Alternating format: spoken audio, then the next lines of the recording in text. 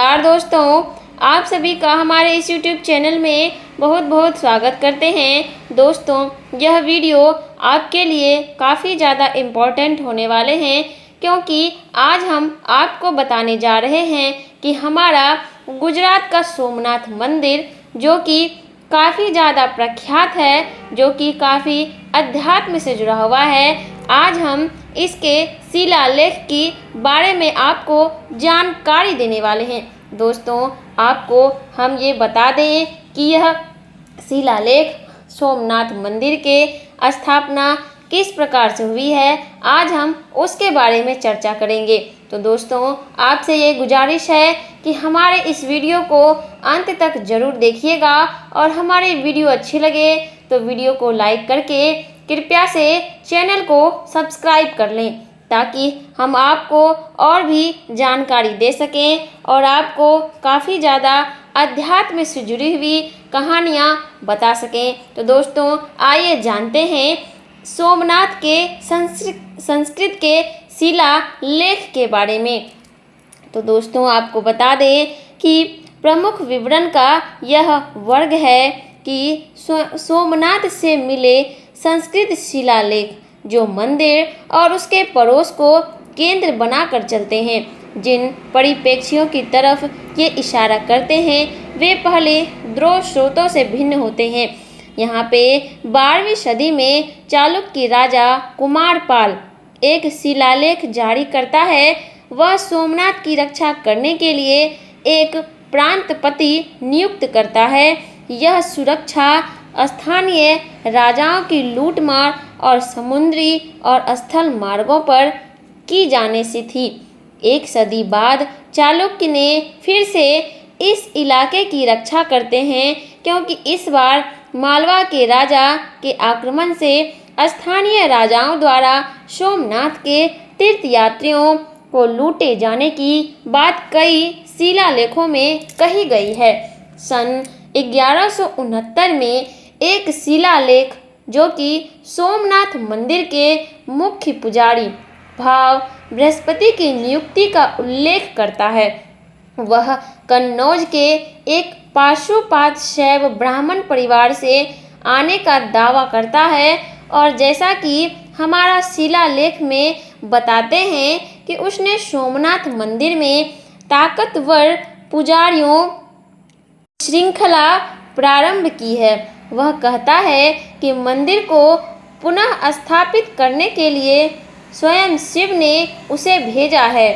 इसकी ज़रूरत भी क्या थी, क्योंकि यह एक पुराना ढांचा था जिसकी अधिकारियों ने बहुत उपेक्षा की थी, और इसीलिए भी कि कलयुग में मंदिरों की हालत खराब होती थी, क्योंकि वहाँ पे बृहस्पति दावा करता है कि उसी ने लकड़ी के ढांचे के स्थान पर पत्थर का मंदिर बनाने के लिए कुमारपाल को राजी किया था।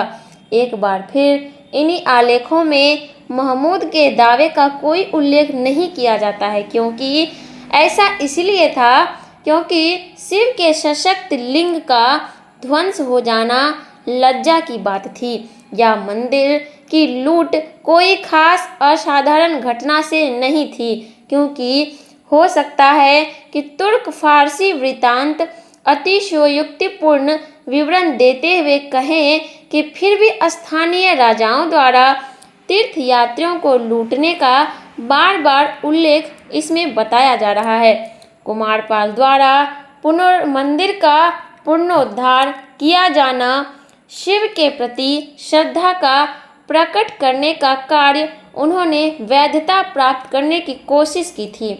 सन 1264 में संस्कृत और अरबी में लिखा एक लंबा कानूनी दस्तावेज जारी किया गया था, जो होड़मुज के एक व्यापारी द्वारा भूमि प्राप्त करने और मस्जिद बनाने से संबंधित है।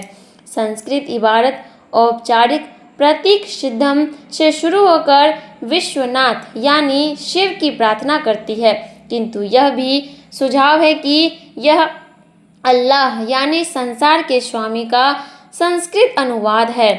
हमें बताया जाता है कि होड़मुज के ख्वाजा अबू इब्राहिम के बेटे ख्वाजा नूरुद्दीन फिरोज ने मस्जिद बनाने के लिए सोमनाथ शहर के पास महाजन पाली में भूमि प्राप्त की थी। मस्जिद को धर्म स्थान कहा गया है।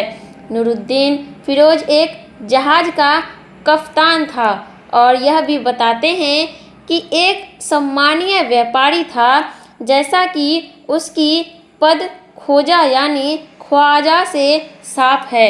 ये शिलालेख का स्वर और भावना मैत्रीपूर्ण है और स्पष्ट है कि समझौता सभी को मंजूर था।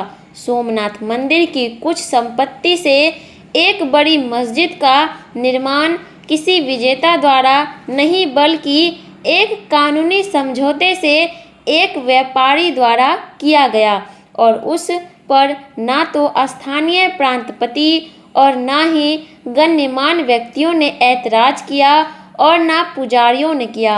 ये सब उस निर्णय में सहभागी थे।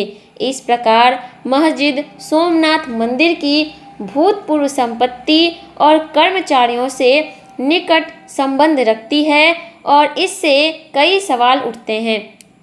दोस्तों, आपको ये बता दें कि 15वीं सदी में गुजरात से कई छोटे शिलालेख तुर्कों से हुई लड़ाइयों का जिक्र करते हैं, जो कि एक अत्यंत मार्मिक संस्कृत शिलालेख स्वयं सोमनाथ का है। यह प्रारंभ इस्लामी औपचारिक आशीर्वाद बिस्मिल्लाह रहमान ए रहीम से होता है।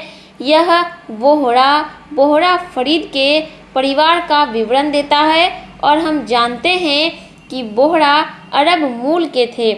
हमें बताया जाता है कि सोमनाथ के मंदिर पर तुर्कों ने आक्रमण किया और बोहरा मोहम्मद ने वहाँ पे फरीद ने शहर की सुरक्षा में योगदान दिया और स्थानीय शासक ब्रह्मदेव के साथ उसने तुर्कों से युद्ध किया। इस युद्ध में फरीद मारा गया और यह शिलालेख उसकी याद में है।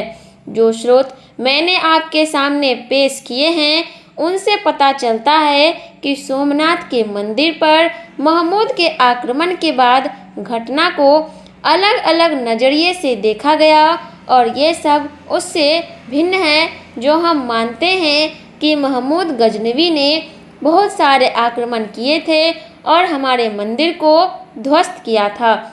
यहाँ पे एक और वृत्तांत ये है कि हम आज कैसे इस ऐतिहासिक मत पर पहुँच गए हैं कि महमूद ने आक्रमण के हिंदू चेतना को एक सदमा पहुँचाया, जो कि तब हिंदू मुस्लिम संबंधों की जड़ में रहा, या एम मुंशी के शब्दों में 1000 साल तक महमूद के द्वारा किया गया सोमनाथ का विनाश एक अविस्मरणीय और राष्ट्रीय विनाश के रूप में हिंदू नस्ल की अंतरंग चेतना में सुलगता है और यह मंदिर हमारे स्थानीय शासक ब्रह्मदेव के साथ उसने तुर्कों से युद्ध किया था। इस हम वृत्तांत के अंत में आपको बता रहे हैं कि महमूद गजनवी ने जरूर आक्रमण किया था, लेकिन जितना हमें बताया जाता है उतना उसने नहीं किया था। वहाँ पे बहुत सारी उसमें योजनाएं बनी, उसमें मंदिर ध्वस्त हुए, फिर इनका पुनर्निर्माण हुआ था, फिर इसी तरह से उनका राष्ट्र के अनुसार उसकी पुनर्स्थापना की गई थी और हमारे मंदिर की स्थापना की गई थी। दोस्तों, आपको ये हमारे वीडियो अच्छी लगी है तो हमारे वीडियो को ज़रूर लाइक करें और हमारे चैनल को ज़रूर से ज़रूर सब्सक्राइब करें, ताकि हम आपको और अध्यात्म से जुड़ी हुई कहानियाँ इनकी गहराइयों तक आपको बता सकें। हर हर महादेव।